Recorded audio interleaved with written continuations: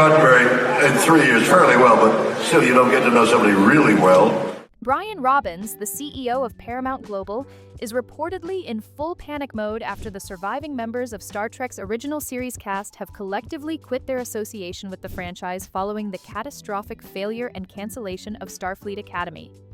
And according to multiple sources inside Paramount and close to the actors, this isn't just about refusing to participate in future projects. The original series legends are formally severing all ties with Star Trek, refusing to do promotional appearances or conventions sanctioned by Paramount, and preparing to make public statements explaining exactly why they can no longer be associated with what the franchise has become under current leadership.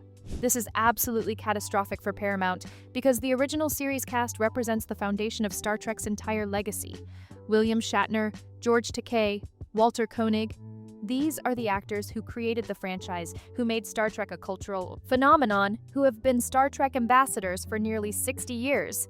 For them to collectively walk away and publicly repudiate current Star Trek is the ultimate vote of no confidence that destroys any remaining credibility Paramount has as stewards of the franchise. The fact that Brian Robbins himself is reportedly panicking, holding emergency meetings, desperately trying to negotiate with the actors, scrambling to prevent them from going public with their reasons for quitting, demonstrates that Paramount understands exactly how devastating this exodus is. When your CEO is personally involved in crisis management over franchise talent relations, you know the situation has spiraled completely out of control. Let's break down exactly what triggered this mass exodus by the original series cast, what they're planning to say publicly about why they're quitting, how Paramount is trying to contain the damage, and what this means for any remaining possibility that Star Trek can survive as a viable franchise. According to sources close to the situation, the original series cast's decision to quit came in the immediate aftermath of Starfleet Academy's cancellation. While William Shatner's public criticism had successfully killed the show, the actors were waiting to see how Paramount would respond to the cancellation. Whether they would acknowledge the creative failures, make meaningful changes to Star Trek's leadership and direction, or just try to move on without learning from the disaster. What reportedly triggered the collective quit decision was a combination of Paramount's public statement about the cancellation and private communications with the actors. The public statement, which vaguely referenced creative direction and honoring the franchise's legacy without actually admitting what went wrong or committing to specific changes, apparently convinced the original series cast that Paramount wasn't serious about fixing Star Trek's fundamental problems. But the breaking point came when Paramount executives allegedly reached out to the original series actors, asking them to participate in promotional events for upcoming Star Trek projects and to make public statements supporting Paramount's vision for the franchise's future. According to sources, this request infuriated the actors because Paramount was essentially asking them to lend their credibility and legitimacy to the same creative approach that had produced Starfleet Academy, without any meaningful acknowledgement of failures or commitments to change. William Shatner reportedly responded to Paramount's request by saying, "You want me to promote Star Trek after what you've done to it? After Starfleet Academy proved that you don't understand the franchise and don't respect its legacy? Not a chance. I'm done. I won't lend my name to your continued destruction of Gene Roddenberry's creation." George Takei allegedly had a similar response, telling Paramount representatives, "I've spent decades promoting Star Trek because I believed in what it represented. But what you're making now isn't Star Trek. It's political propaganda wearing a Star Trek uniform. I can't promote that in good conscience. I'm out." Walter Koenig reportedly was even more blunt, saying, "Fire everyone responsible for Starfleet Academy, bring in new creative leadership with a mandate to return Star Trek to its roots, and maybe we can talk. Otherwise, I want nothing to do with current Star Trek. Don't contact me for conventions, promotions, or anything else. I'm done." These individual rejections apparently happened within days of each other. And according to sources, the actors were in communication with each other about their responses to Paramount. They coordinated their decisions to quit simultaneously to create maximum impact and to demonstrate unified rejection of Paramount's stewardship. The formal announcement of the original series cast's mass exodus reportedly came through their representatives, who released coordinated statements on behalf of Shatner, Takei, and Koenig. According to people who've seen the statements, the language was carefully crafted to be devastating while avoiding obvious legal problems. Shatner's statement allegedly said something like, "After nearly 60 years associated with Star Trek, I am formally ending my relationship with the franchise under current Paramount leadership. Star Trek has been one of the great honors of my life, but I cannot continue to be associated with what it has become." The creative failures that led to Starfleet Academy's cancellation represent systemic problems with Paramount's approach to the franchise. Until fundamental changes are made to leadership and creative direction, I will not participate in any Star Trek activities sanctioned by Paramount. Takei's statement reportedly read, "Star Trek represented optimism, unity, and thoughtful exploration of social issues through science fiction allegory. Current Star Trek under Paramount has abandoned those values in favor of divisive identity politics and heavy-handed political messaging. I fought for diversity and representation my entire career, but what Paramount is doing isn't good representation. It's tokenism that undermines its own goals. I can no longer lend my support to this approach, and am therefore ending my association with franchise activities." Koenig's statement allegedly said, "Starfleet Academy was an embarrassment that betrayed everything Star Trek stands for. Its cancellation was necessary but not sufficient. Paramount needs to acknowledge what went wrong, remove the people responsible, and commit to making real Star Trek again. Until that happens, I want no association with the franchise. Star Trek fans deserve better than what Paramount has been giving them."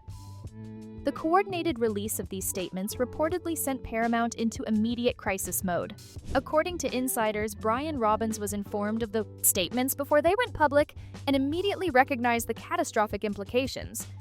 He allegedly called emergency meetings with Paramount's senior leadership, PR teams, and legal departments to discuss how to respond.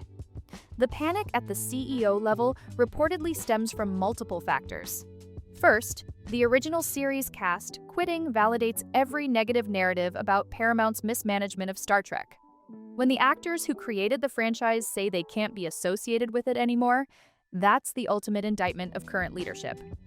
Second, the quit statements are generating massive media coverage that's universally negative for Paramount. Every entertainment outlet is running headlines about Star Trek legends abandoning the franchise, and the coverage is presenting this as a damning verdict on Paramount's creative failures. Third, the financial implications are severe. Star Trek's brand value is significantly diminished when its most iconic actors publicly repudiate it. Convention organizers are reportedly concerned about booking Star Trek events when the original series cast won't participate. Merchandise sales could decline when the franchise is associated with failure and controversy rather than with beloved legends. Fourth, this sets a precedent that could encourage other Star Trek actors to quit as well. If the original series cast can walk away and publicly criticize Paramount, why can't actors from The Next Generation, Deep Space Nine, or other series do the same? The exodus could accelerate into a complete collapse of Paramount's relationships with franchise talent. Brian Robbins' personal involvement in crisis management reportedly includes attempts to negotiate directly with the original series actors to see if there's any way to get them to walk back or soften their statements. According to sources, Robbins or his representatives have reached out offering various concessions. Promises about creative changes, offers to involve the actors in future projects with creative authority, financial incentives to remain associated with the franchise. But the original series cast has reportedly rejected all overtures. According to insiders, the actors have made clear that they're not negotiating or looking for deals. They've made a principled decision that Star Trek under current Paramount leadership is beyond redemption, and that their only option is to distance themselves completely. Shatner allegedly told Robbins' representative, "There's nothing you can offer me that would make me complicit in what you're doing to Star Trek. I don't need money, I don't need roles. What I need is for Star Trek to be good again. And you've proven you can't or won't make that happen. So, we're done." The public statements from the original series cast are reportedly just the beginning of what they're planning. According to sources, the actors are scheduling interviews with major entertainment outlets where they plan to explain in detail why they quit, what specific failures they're responding to, and what would need to change for them to reconsider their decisions. These interviews are expected to be devastating to Paramount because the actors will be able to tell insider stories about how Paramount ignored their input, dismissed their concerns about creative direction, and prioritized political messaging over quality in ways that led directly to disasters like Starfleet Academy. Shatner is reportedly planning an extensive interview where he'll discuss the entire history of his relationship with Paramount over Star Trek, including specific examples of executives making terrible decisions, refusing to listen to people who understand the franchise, and destroying Star Trek's value through incompetence and ideological capture. Takei is allegedly planning to focus his interviews on how Paramount has betrayed the progressive values they claim to champion by doing diversity and representation so badly that it undermines the cause. He's expected to argue that tokenism and heavy-handed political messaging are actually regressive, and that the original series did diversity better in the 1960s than Paramount is doing it now. Koenig reportedly plans to make the business case for why Paramount's approach has failed, pointing to declining viewership, canceled shows, alienated fans, and damaged brand value as evidence that current leadership doesn't understand how to manage franchises profitably. The fan reaction to the original series cast quitting has been massive and overwhelmingly supportive of the actors. Star Trek fans are treating this as validation of everything they've been saying about Paramount's mismanagement, and they're rallying behind Shatner, Takei, and Koenig as heroes who are standing up for the franchise. Social media is filled with posts supporting the actors' decision, thanking them for their courage, and calling for Brian Robbins and other Paramount executives to be fired. Hashtags like #Star Trek deserves better and #Listen to the Legends are trending, and fans are organizing to pressure Paramount to make the fundamental changes the original series cast is demanding. The entertainment industry is watching this situation with fascination and concern. Franchise management experts are discussing whether other legacy properties could face similar talent revolts if studios don't manage them carefully. The idea that franchise legends can collectively quit and destroy a studio's credibility as franchise stewards is creating anxiety at other companies that control beloved properties. Financial analysts are starting to question Star Trek's value to Paramount and whether the company should consider selling the franchise to a studio that might manage it better. When your most iconic talent is publicly quitting and your flagship shows are being canceled amid controversy, the franchise's worth as a business asset is severely diminished. The comparison to what's happened with other troubled franchises is instructive but also shows how unprecedented this situation is. Star Wars has faced fan backlash and creative controversies, but the original trilogy cast never collectively quit their association with the franchise. Marvel has had disagreements with actors, but never a mass exodus of franchise legends. What's happening with Star Trek is unique in its completeness and its public nature. Paramount's options at this point are all bad. They could try to dismiss the original series cast as out of touch or irrelevant, but that would be obviously false and would anger fans even more. They could make vague promises about changes without actually changing anything, but the actors have made clear they won't accept that.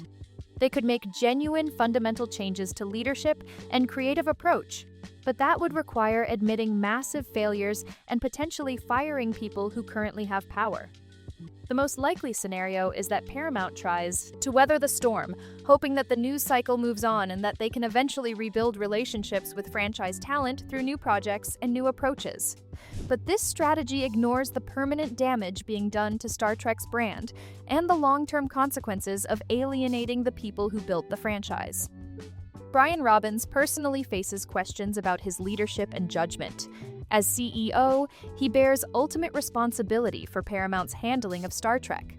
And the fact that the franchise has deteriorated to the point where its greatest legends are publicly quitting on his watch is a significant black mark on his record. There are reportedly discussions at board level about whether changes to Paramount's leadership are necessary. The original series cast's planned interviews and public statements will keep this story alive for weeks or months, ensuring that Paramount can't simply move on or ignore what's happened. Every new interview will generate headlines, every new criticism will damage the brand further, and every specific example of Paramount's failures will make it harder for the company to defend its stewardship. For Star Trek fans, the original series cast quitting is heartbreaking but also clarifying. It removes any ambiguity about whether the franchise's problems are real or just fan complaints. When Shatner, Takei, and Koenig all say Star Trek has been destroyed by bad management, that's not toxic fandom. That's authoritative judgment from the people who built the franchise. The path forward for Star Trek is unclear. Paramount could try to continue making content without the blessing or participation of franchise legends, but that content would be permanently tainted by the knowledge that the original series cast rejected it. They could try to make peace with the actors by implementing the changes they're demanding, but that would require admitting fault and making leadership changes that would be politically difficult internally. Or they could recognize that Star Trek under their stewardship is unsalvageable and sell the franchise to a company that might manage it better and that doesn't have the baggage of having driven away all the franchise legends. That might be the most honest and profitable option, but it would be a humiliating admission of failure. What's certain is that Paramount CEO Brian Robbins' panic is justified. The Star Trek original series cast quitting after the Starfleet Academy flop is a crisis of the highest order that threatens not just the franchise but Paramount's reputation as a company capable of managing valuable intellectual property. When Captain Kirk, Sulu, and Chekhov all resign from Star Trek because they think the current management is destroying it, that's not a problem you can spin or ignore. That's a verdict that will echo through entertainment history. The crew that started it all has abandoned ship. The captain has ordered evacuation, and the executives who drove them away are left standing on a sinking vessel, frantically trying to convince everyone that everything is fine, while the people who actually know how to navigate are already in the lifeboats, watching from a distance and preparing to tell the world exactly why they couldn't stay aboard any longer. Star Trek is in crisis. The legends have quit. And Brian Robbins' panic is just beginning to understand how complete the disaster really is.